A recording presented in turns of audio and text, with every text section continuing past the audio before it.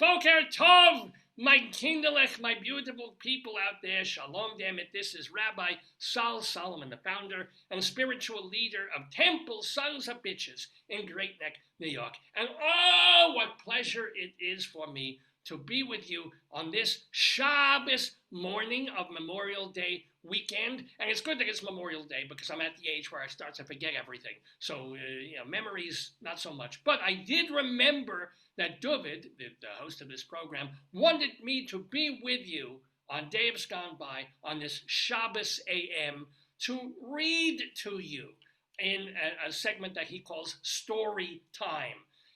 This is a simple thing. It allows me, or usually it's him, but today it's me, to read a book by somebody else. So I don't have to come up with hilarious material. Win-win. So the book today is going to be a real book. Honest, this is a real book called The P Word, A Manual for Mammals, my friends. Which is written by David L. Who, by the way, is a PhD. He wants to put that in there just to make sure that this isn't some sort of hoax or that he's just a pedophile disguising things by writing for children. No. And then there's Elias Arahovitidis, whatever the hell his name is. Arahov, I thought it was a Jewish name, but I think it's Greek or sounds like a disease of some kind. Elias Arahovitidis, A Manual for Mammals, The P Word. And when Dave first asked me to do this, I was like, P Word, Pesach. We're going to be talking about Passover. Oh, yes, no, and it's not that. And is it Punim? Are we going to be talking about my face, the Punim? No. P Word is just the word that you think it would be, even though this is a book for children. Let's look at the back cover there, with an elephant having to presumably having to make a pish or something. This easy-to-understand manual gives readers an overview of how and why penises work. Wish mine did. Weaving together surprising insights and instructive illustrations, about humans and other mammals, this frank and fun book is the ultimate guide to having a penis and keeping it healthy. All right, and it's refreshingly gender neutral. If it's about penises, how gender neutral could it be? If it has I can't even. This is not. We're talking about 9-year-olds. They don't need to know about women with wangs. Anyway, award-winning scientist David L. Who draws on human anatomy and comparative biology to introduce kids to this amazing organ. Yeah, it's a delightfully candid book, says a best-selling author of... I love this. A delightfully candid book. The P Word guides kids and their parents to a healthier understanding of their bodies. This was a quote from Nicholas Caruso, co-author of Does It Fart? Because I know if I want a positive review of a book, I'm going to go to another author who writes a book called Does It Fart? And then there's finally a factually fascinating, completely charming book about one particular body part that deserves normalized scientific conversation. That's very nice. This is from a doctor and a New York Times best-selling author of Guy Stuff and the Care and Keeping of Hugh. Well, hey, this is the care and keeping of Dr. Hugh right there, so let's see. Anywho, let's dip into the P Word, shall we? Let's see how this thing hangs. And there's tons, because any parent picking up this book is going to want some testimonials, or testiclemonials, if you will, on whether to read this. The P Word, A Manual for Mammals. To my children, Harry and Heidi, who helped me grow as a scientist and as a parent. And this was written, by the way, all the way back, last year, 2023. It's a brand new book, my friends. So I wrote this book, dear readers, for my 10-year-old son, who, like many other children his age, is eager to learn more about his body. Translation, he started to do his own laundry. The topics I chose to cover in this book have paralleled many of the conversations I've had with my son about the best way to care for himself as he gets older. There is so much more to the penis and its role in sex. I'm like a 5-year-old, it's fine. Long before they experience puberty or learn about the birds and the bees, children are already aware of their body and function every time they use the bathroom. It's important not only to learn the purpose and function of the penis, but additionally how to best care for this part of the body. I'm all for constant rubbing. When we look for science, we look for microscopes, telescopes, inside thick books. However, one of the greatest tools, no pun intended, for young scientists to master is the courage to be curious about the world around them. I agree. Asking questions about the things we encounter every day, such as our anatomy, is practical and provides important scientific training. Now, to be a good scientist, we can't be afraid of taboo or forbidden topics. We must go directly where our curiosity leads us. Only if we are so fearless will we have a chance at making the greatest discoveries. There's still so much about the penis to be understood. I love how it's so generic and so like, and it goes right back to the dick. Goes right straight down to the dick.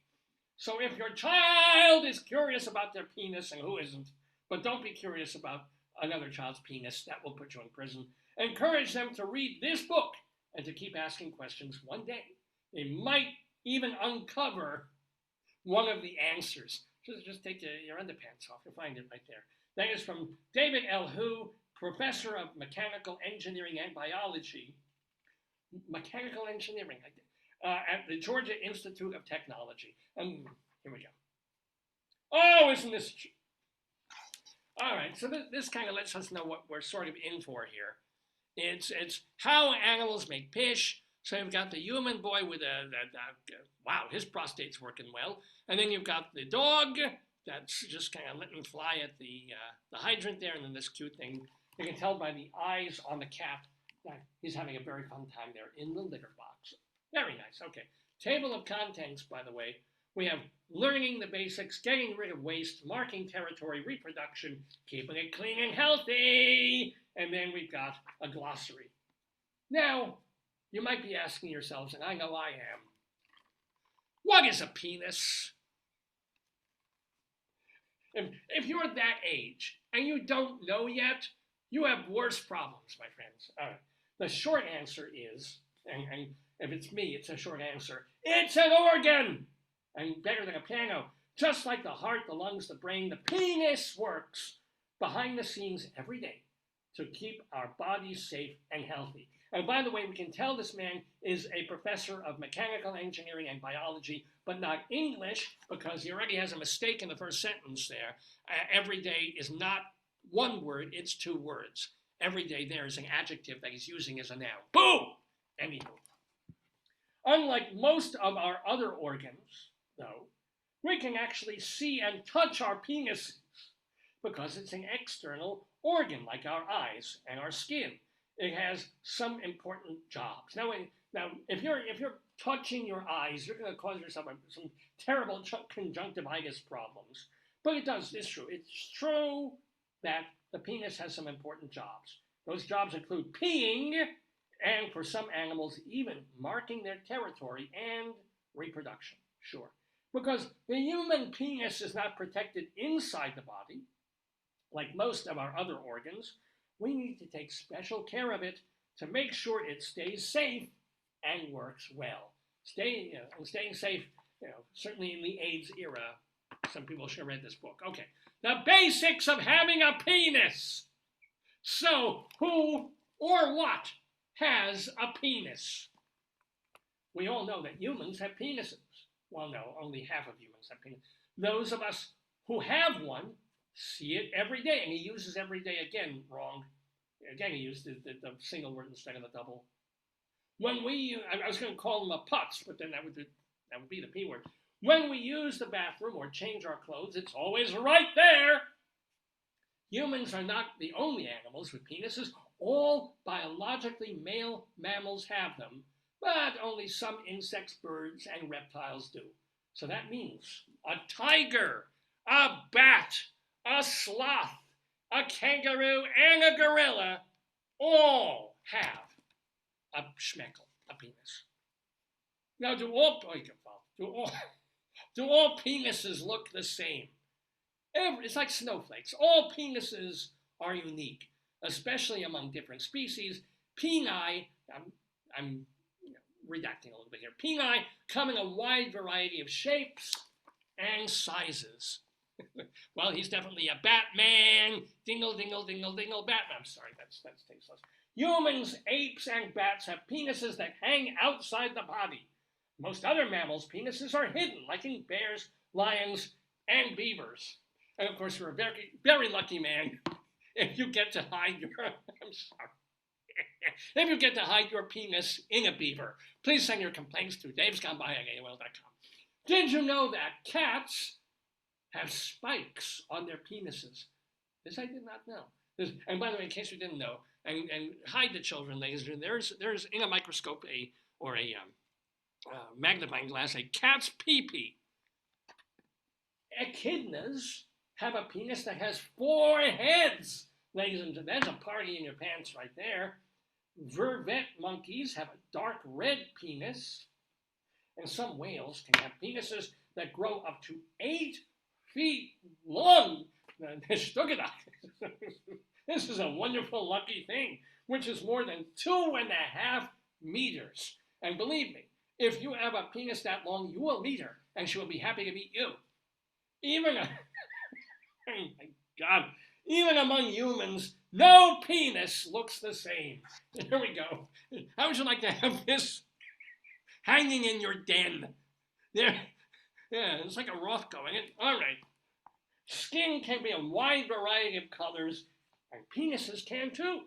The color of our penises can be very different from the color of the skin on the rest of our bodies, and the shape can be straight or curved in any direction.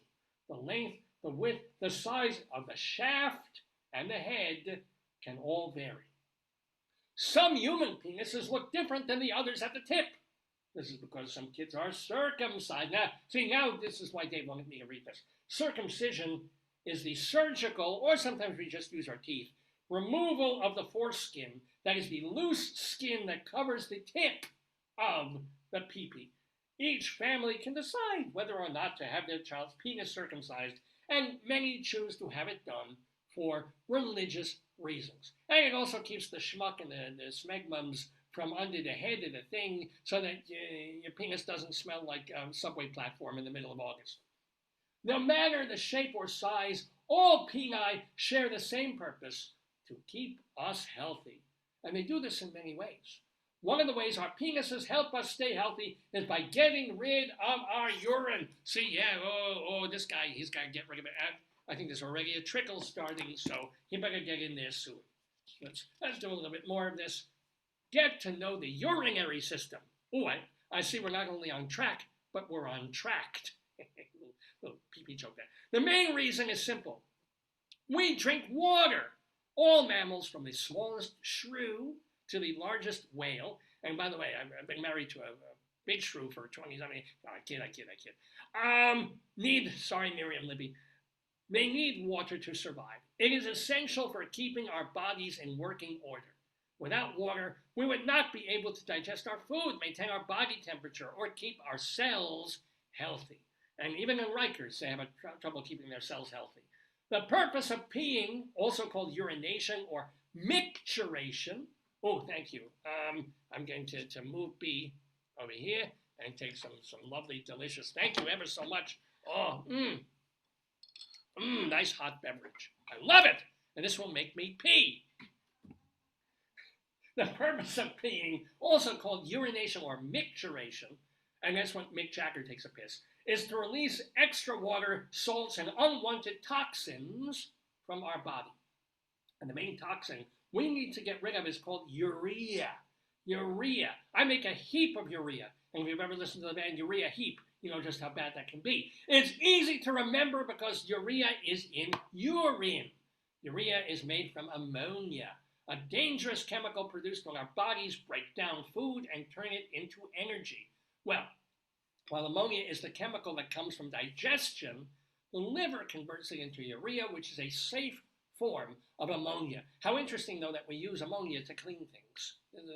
This is why the world makes no sense. Wait a minute! Wait a minute! How do we pee? How do we pee? Let's find out. We release urine through our urinary system. These are the organs that create urine and help push it out of our bodies. Let's start from the top, the kidneys. All mammals are born with two of these bean-shaped organs. They're on either side of the backbone, below the ribs, but behind the stomach. Kidney's job is to clean our blood. In fact, all the blood in your body passes through the kidney to be cleaned 40 times every day. This is better than Merry Maids or Molly Maids, so 40 times a day. During the cleaning, the kidneys collect waste, extra water, and salt from the blood to convert into urine. Notice the two tubes coming down from the kidneys. There's the little tubies there. They are the ureters. Okay. The ureters are the pathway for the urine to leave the kidneys and enter the bladder, which is a hollow, muscular organ that holds urine until it is emptied on its way out of the body. When the bladder is full, the nervous system, I'm so nervous, alerts the brain that it is time to empty it, and that's how we know we gotta go. There are two ways of releasing urine: actively squeezing the bladder or letting it drain like water in a sink. See, our bladder is controlled by a muscle similar to a sink plug called a sphincter. Oh, I knew they'd get to a sphincter at some point. When released, the sphincter lets bladder push out the urine. Babies don't have control over this muscle, nor do people my age. So when they gotta go, they just go. And this is where diapers come in handy. All right, we've got so much more of this delightful and informative book about pishing. Look, this is for next time. We haven't even come to this. I didn't know penises could fart. But yes, more of the P word will be coming at you next weekend and the weeks ahead with me, Rabbi Sol Solomon. So I do have to go because David has to come back to more of the show. He's getting a guest coming. It's going to be so much fun. So I wish all of you, please take a moment over this coming weekend. I do make a lot of jokes, and most of them bad jokes, but it's Memorial Day weekend. There are people who gave their lives so that I could be here doing this, that you could be there doing that. I stopped doing that. They didn't give their life so you could do that. But the rest of you, you keep doing what you're doing, but take a moment to be really and truly thankful and say a blessing or a prayer or just a thank you to men and women who gave their lives to protect this country and to keep this country great. So just that. There's nothing political, nothing anything just like that. It's Memorial Day. There are people absolutely brave and bold and worth remembering. So please do that. Anyway, okay, I hate getting serious. I love getting angry, but I hate getting serious. Anyway, this is Rabbi Sol Solomon. Find out more about me by going to my website, shalomdammit.com, shalomdammit.com. You can hear all my rabbinical reflections there. You can read some stuff I've written. You can also watch my stage show, Shalom Dammit, An Evening with Me. Plus, what else now? I did a TV show called Shalom Dammit also. I have no imagination, so I name everything the same thing. It's all at shalomdammit.com. Anyway, have a fine weekend. I'll be back with more penis talk next Shabbos morning.